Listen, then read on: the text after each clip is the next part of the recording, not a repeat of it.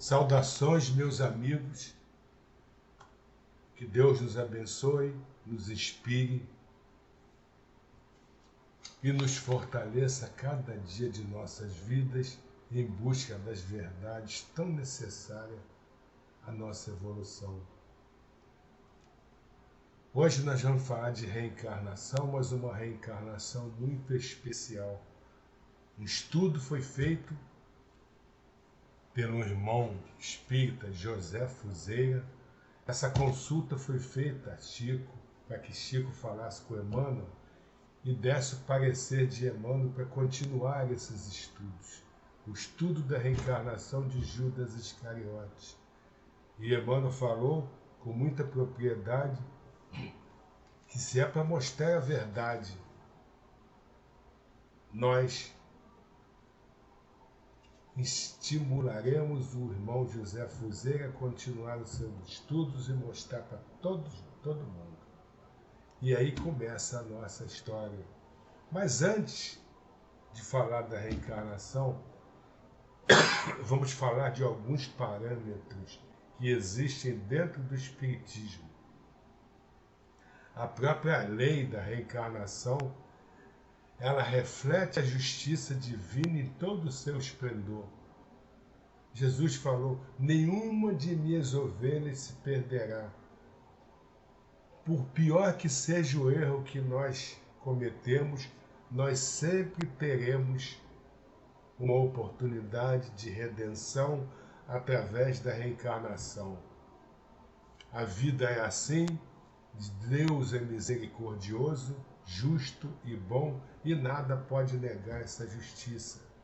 E é através dela que a gente vai estudar esse caso de Judas naquilo que realmente aconteceu. Como diz Ramatiz, todo o universo flutua através do fluido cósmico universal. Esse éter que vibra constantemente, ele resiste como se fosse numa chapa fotográfica todos os sons, todas as imagens, todos os pensamentos, e fica na tela etérica por séculos, por uma eternidade.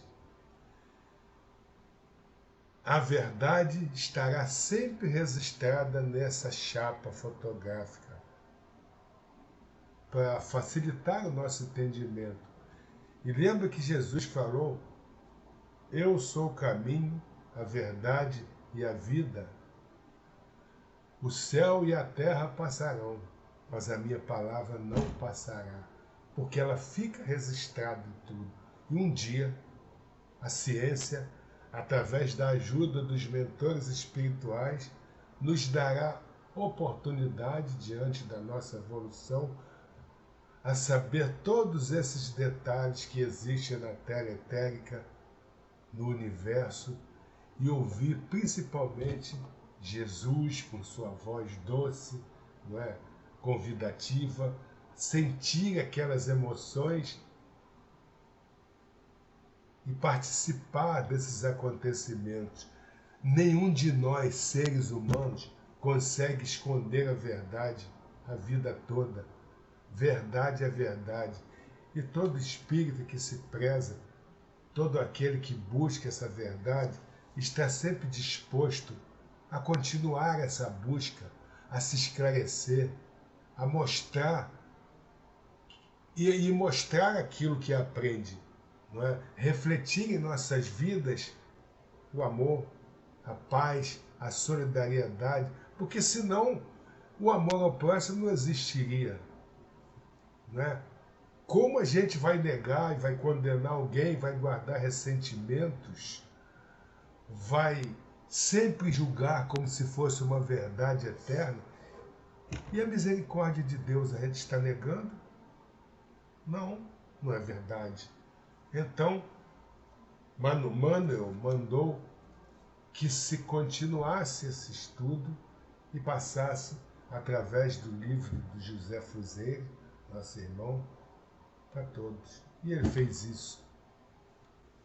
E aí a gente vai voltar na história de Jesus, que já um ser angelical demorou 1000 anos apenas para montar o seu corpo espiritual, que é o reflexo do nosso, que molda o nosso corpo físico. Todos os espíritas sabem, os estudiosos, que o corpo físico é a cópia mal feita do corpo astral, que resiste a tudo em nossas vidas. Ele levou 1000 anos montando todo esse corpo para depois reencarnar e trazer a sua missão no período de 33 anos, muito curto.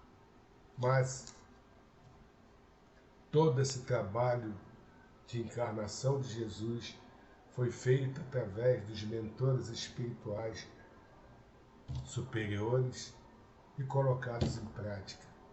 E nessa história, Jesus viveu aqueles 33 anos e a gente, de um modo geral, não tem a história de Jesus a partir dos 7 anos, mas no livro Sublime Peregrino, psicografado por Hercílio Maés e do Espírito Ramatias, ele conta toda a história de Jesus até chegar à sua missão. Então, quando atingiu a sua missão, Jesus precisava de apoio e ele foi escolher entre as pessoas humildes lá na beira do mar os seus primeiros apóstolos.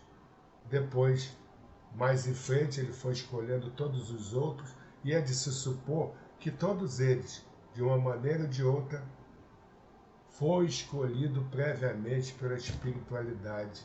Judas Iscariote, filho de Alfeu Iscariote, foi um deles. A personalidade de Judas era diferente dos outros. Ele era ambicioso, retraído, movido a poder, a dinheiro. Ele achava que quanto mais influência tivesse, mais ele conseguiria as coisas rapidamente. E Judas destoava um pouco dos outros apóstolos, mas queria que Jesus fosse proclamado o Messias, o Salvador daquele povo, expulsasse os romanos de lá e continuasse a sua caminhada com a sua pregação evangélica e tudo mais. Mas para isso, ele se envolveu com ricos, com afortunados, com o próprio sacerdócio da época e vivia metido nisso, porque ele acreditava o quê? Ele acreditava que com essa influência Jesus chegaria mais rapidamente aos seus objetivos e ele seria muito grato a Judas. Judas se orgulharia e teria menos ciúmes do Pedro, do Tiago, não é? Que Jesus gostava muito. Bom, e aí começou toda a história. Num determinado momento, Jesus foi chamado pelo Sinédrio, depois daquela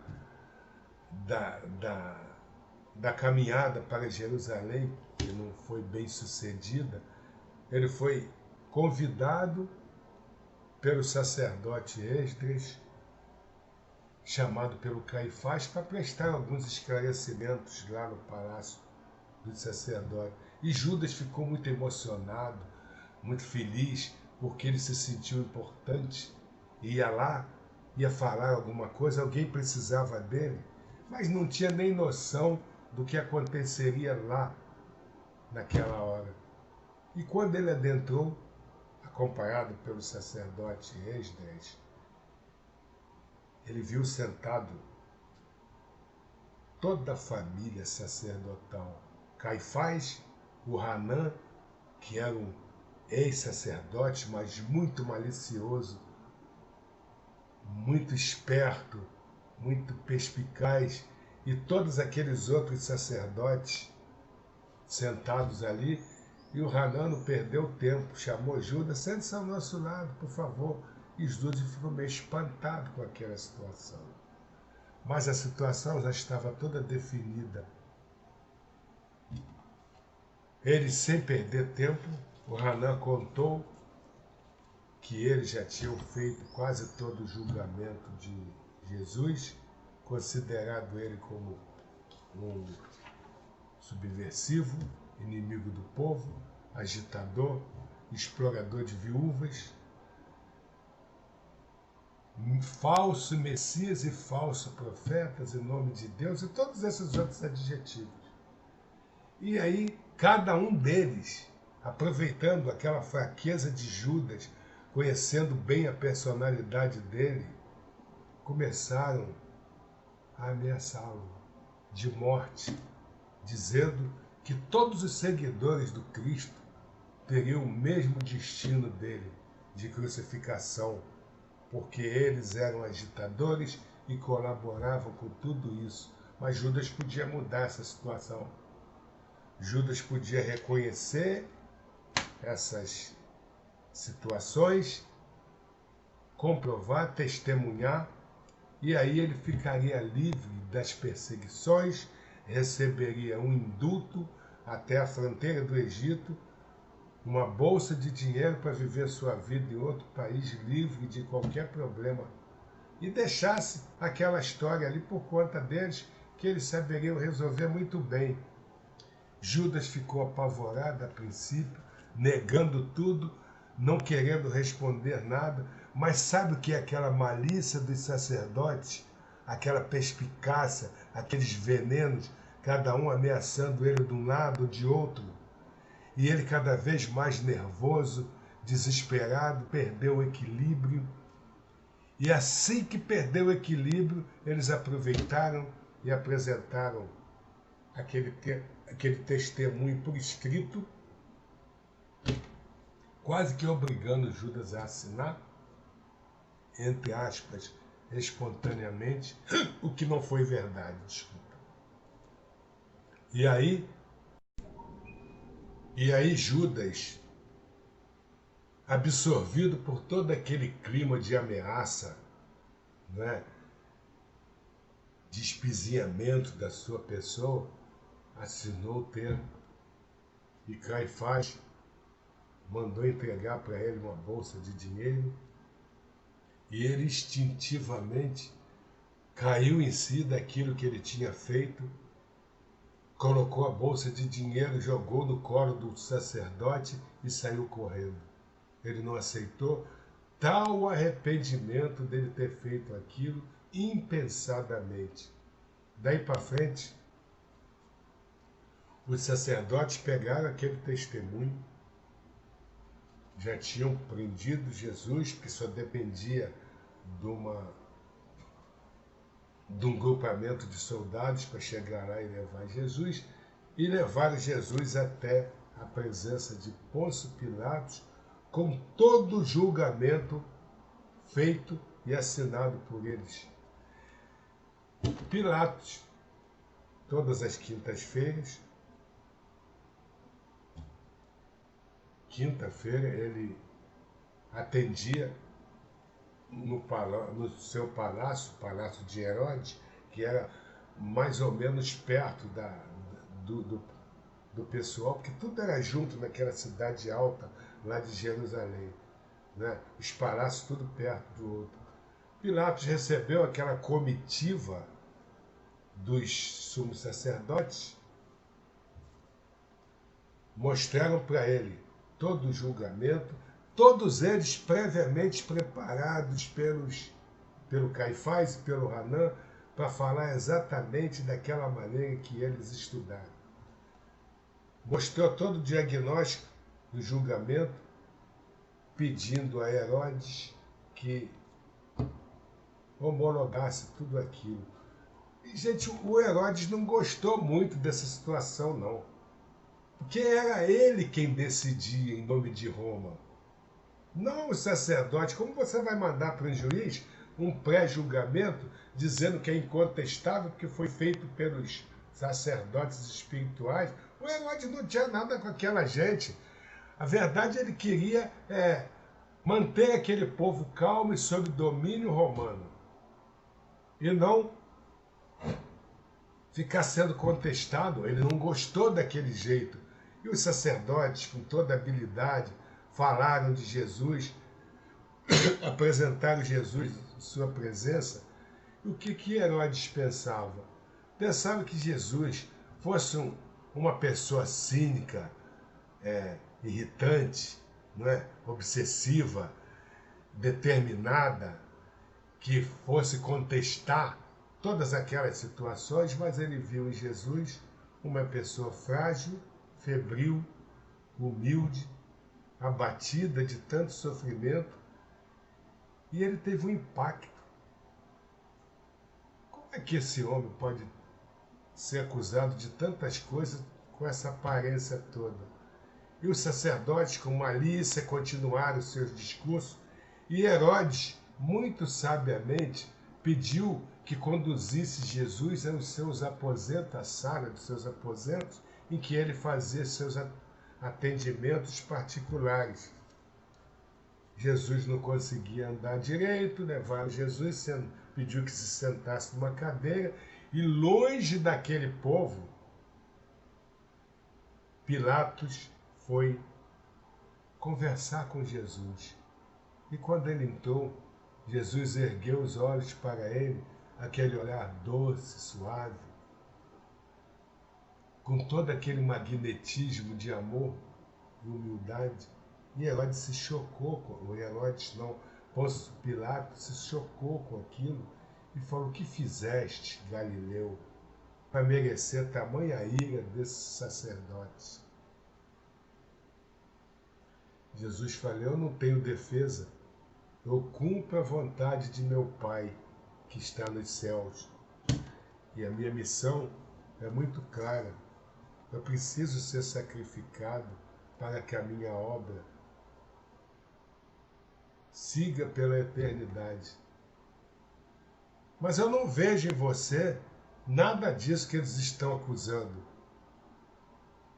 Defenda-se pelo menos o que você quer de mim. Eu tenho o poder de te salvar. O meu indulto pode isentar você de toda essa situação. Basta você querer.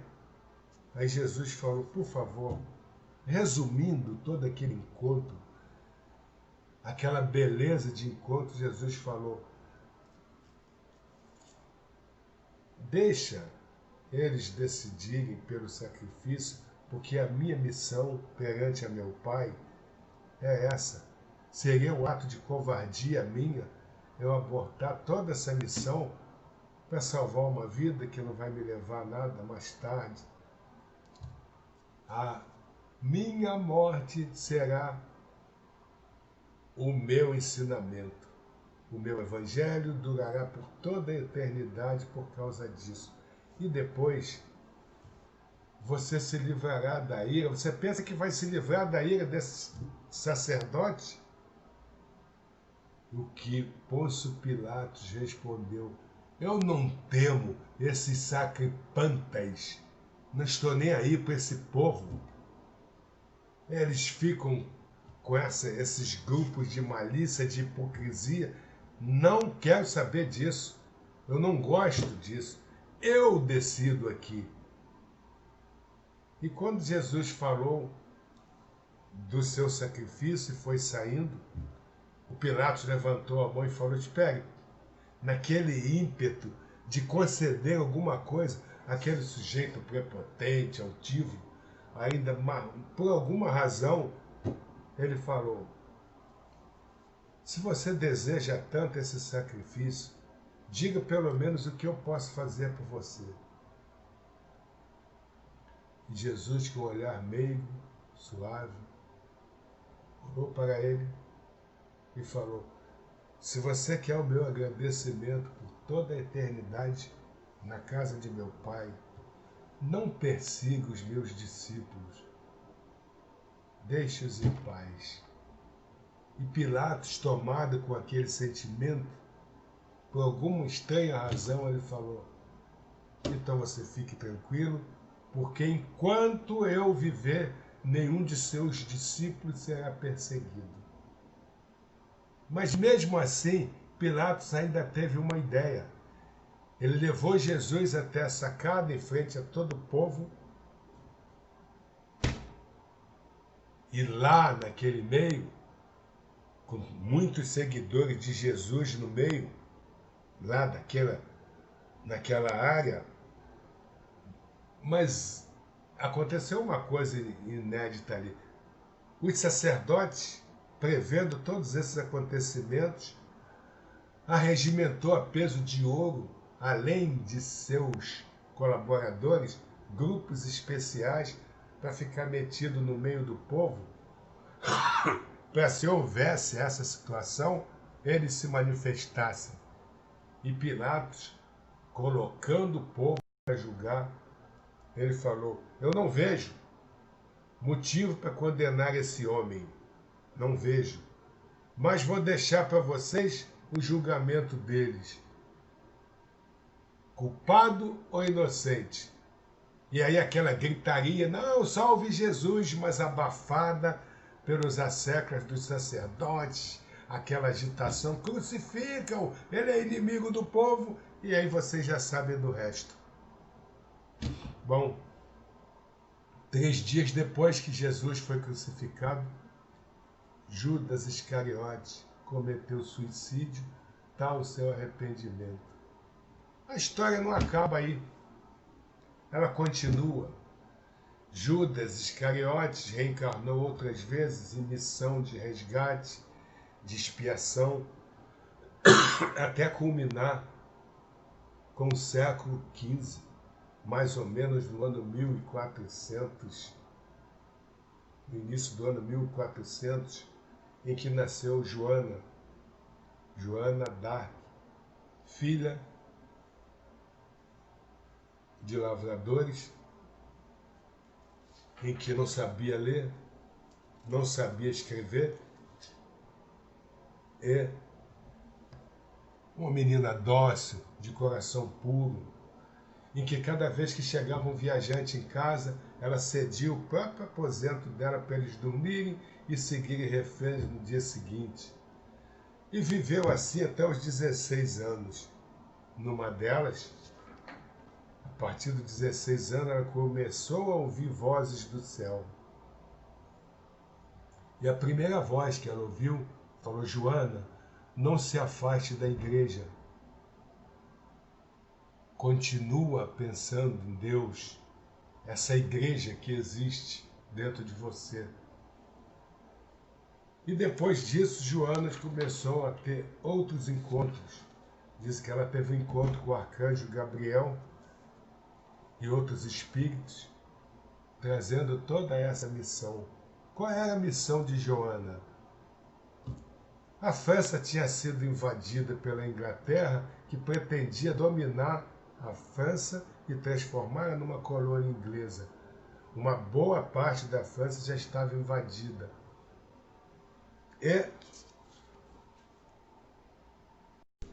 E Joana, saindo de casa com apenas 17 anos, rumo ao Palácio de Carlos VII, que ainda não era o rei da França. Ele já estava todo ameaçado. Joana partiu para sua missão. Levou alguns dias dolorosos, cansativos para chegar até lá, e sempre inspirada pela espiritualidade. Foi atendida por causa da ajuda espiritual de todo esse comando, e expôs toda a situação para o Carlos VII.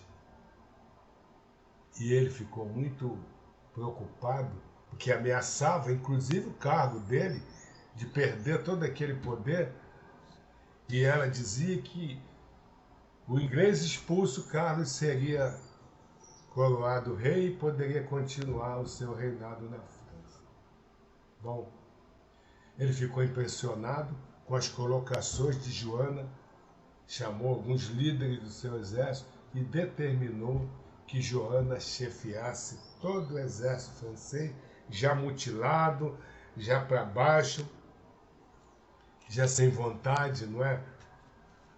E levantasse o astral desse exército e lutasse contra as tropas da Inglaterra. E Joana partiu com aquela armadura que todos conhecem, como soldado medieval. Mas Joana, ajudado pelos céus, já sabia exatamente como entrar nessa batalha e como levar a vantagem, não é? No momento certo. Ela previa os acontecimentos e, na frente de todos, empunhando a espada, ela ficava ali exposta a se ferir, indo em frente, levando os soldados, incentivando, lutando, e venceu suas primeiras batalhas. Foi afastando a Inglaterra da França, foi levando a Inglaterra, acuando a Inglaterra, e cada vez que a Inglaterra perdia uma batalha, quem ficava mais para baixo era o exército inglês. E eles foram recuando, recuando, até que quando chegou na invasão de Paris, que era o último reduto de domínio da Inglaterra, a França já estava totalmente estruturada em seus exércitos, mais forte do que a Inglaterra, e pronta para resolver todos esses problemas. Carlos VI foi coroado nesse período o rei da França, mas aconteceu uma coisa inédita. Daí para frente, como é de se supor, como uma menina que até então já estava com 19 anos, sem instrução nenhuma, sem saber ler, sem escrever, apenas dizendo que era vozes do céu que a guiavam para fazer tudo aquilo, ela atraiu toda a ira dos generais, estudiosos de guerra, de arte de guerra, de todas esses conhecimentos de lutas, atraiu toda a ira dos poderosos.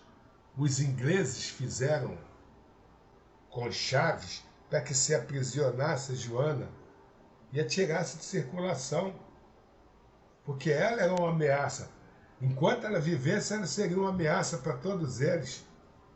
E o próprio rei Carlos VII, quando se sentiu no poder novamente, abandonou Joana. Abandonou Joana, ela foi traída, fizeram com chave, com toda essa criatura,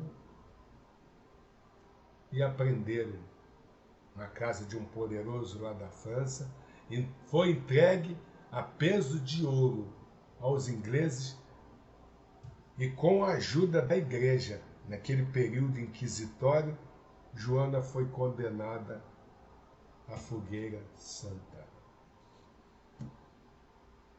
Uma menina virgem de 19 anos, abatida, sofrida, presa a ferro, sofrendo todas os ataques, as ameaças de estupro, porque ela era virgem, todas as agressões físicas e morais, não é? Tortura não, porque ela não iria aguentar diante da fragilidade do seu corpo, mas uma tortura moral, até chegar o dia do julgamento. E o que aconteceu com Joana? Foi levada em praça pública, colocada numa fogueira, no alto do pedestal, com toda aquela pompa à vista dos bispos, do povo, dizendo que era uma criatura herege. Tudo que a igreja falava naquela época para condenar alguém. E uma coisa interessante é que, quando já haviam acendido fogo, o bispo de Liseu Janon de Castiglione, bom, esse nome, ao manifestar o seu voto de condenação para Joana, porque cada um deles manifestava, disse uma coisa que ficou registrada até agora. Disse que ela era muito baixa, de muito baixa condição para ser inspirada por Deus. Uma menina iletrada, sem saber ler, sem escrever, sem cultura nenhuma, como ela vai ser inspirada por Deus? Não teria a mínima chance quanto a isso. Aí, gente, cabe uma pergunta.